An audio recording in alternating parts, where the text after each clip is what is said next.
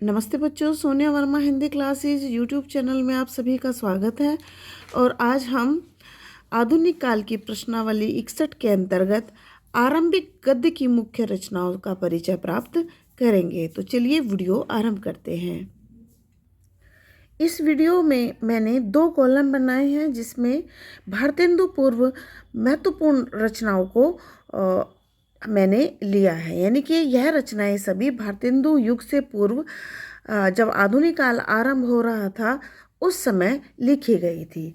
तो पहले कॉलम के अंतर्गत मैंने यहाँ पर क्रम संख्या, रचना का नाम, रचयिता और रचनाकाल लिख दिया है। और जो रचनाएं महत्वपूर्ण हैं, लगभग हर परीक्षा में पूछी जाती रही हैं, उन्हें मैंने इस प्रकार इंडिकेट कर दिया है। तो हम यहाँ पर सबसे पहली रचना का नाम देख लेते हैं।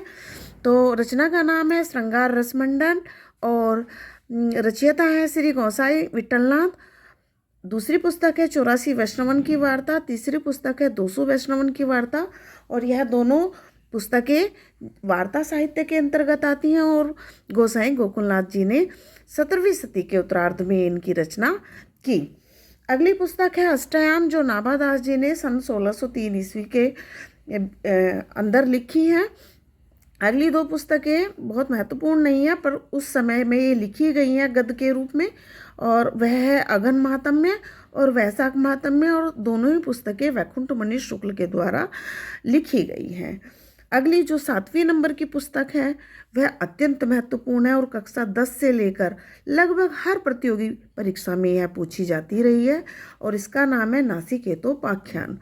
और यह पंडित सदल मिश्र के द्वारा रचित पुस्तक है और इसका रचना काल 1703 ईस्वी है। अगली 2 पुस्तकें भी मतलब खास तो नहीं है, पर क्योंकि गद्य साहित्य के अंतर्गत हिंदी साहित्य में ये लिखी गई हैं और कभी कभी पूछ भी ली जाती है। तो इनमें 2 हैं, वेताल पच्चीसी जो सुरती मिश्र ने 1710 ईस्वी में लिखी, और आईने अकबरी की भाषा वचनिका लाला हीरा लाल द्वारा रचित है और 1795 ईस्वी में ये पुस्तक लिखी गई है। तो इन 9 पुस्तकों पर आप अपना ध्यान जरूर रखें। 9 की 9 पुस्तकें अत्यंत महत्वपूर्ण और किसी न किसी रूप में, यानी कि प्रश्न कुछ भी बन सकता है, ऐसे पूछी जाती हैं।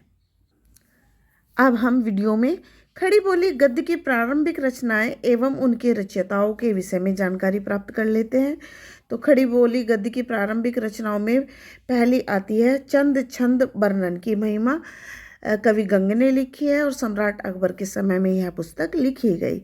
दूसरे नंबर पर आती है भाषा योग वशिष्ठ, बहुत महत्वपूर्ण पुस्तक है और श्री राम प्रसाद निरंजनी ने इसे 1741 में लिखा है। 2 अन्य पुस्तकें हैं, खड़ी बोली गद्य के अंतर्गत ही आती हैं, किंतु इतनी महत्वपूर्ण नहीं, पर क्या पूछ लिया जाए ये पता नहीं, तो परीक्षा के हिसाब से ही हमें तैयारी करनी होती है। और इनमें आती है पद्म पुराण का भाषानुवाद, जो पंडित दौलत राम जी के द्वारा रचित है और 1766 ईस्वी में यह पुस्तक उन्होंने लिखी। चौथे नंबर पर आती है मंडोवर का वर्णन, कवि का कुछ अता पता नहीं है, अज्ञात कवि के रूप में ये दर्ज है और 1773 से लेकर 1783 के मध्य यह पुस्तक लिखी गई मानी जाती है। अब अगली 4 रचनाएं इतनी महत्वपूर्ण हैं कि वह कक्षा 10 से लेकर और हर प्रतियोगी परीक्षा में पूछी जाती रही हैं। और उनमें है मुंशी सदासुख लाल कृत सुखसागर, जो 1818 ईस्वी में लिखी गई है, और मुंशी सदासुख लाल जी नियाज के नाम से भी लिखते थे। प्रेम सागर लल्लू लाल कृत है, 1800 ईस्वी में लिखी गई है। नासिकेतोपाख्यान पंडित सदल मिश्र के द्वारा लिखी हुई है, 1800 ईस्वी में लिखी गई है। और रानी केतकी की कहानी इंसा अल्लाह खान के द्वारा रचित है, सन 1800 ईस्वी में ये लिखी गई है। तो अब हमने खड़ी बोली गद्य की प्रारंभिक रचनाएं और आरंभिक गद्य की प्रारंभिक रचनाओं से संबंधित सभी जानकारी संग्रहित कर ली है, और उम्मीद करती हूँ कि आपके लिए यह वीडियो अत्यंत कारगर सिद्ध हो। और यदि वीडियो पसंद आए तो वीडियो को लाइक कीजिए और चैनल को सब्सक्राइब जरूर कीजिए। ऐसी ही नवीन जानकारियों से युक्त कल की वीडियो होगी। तो चलिए कल मिलते हैं, तब तक के लिए नमस्ते, धन्यवाद।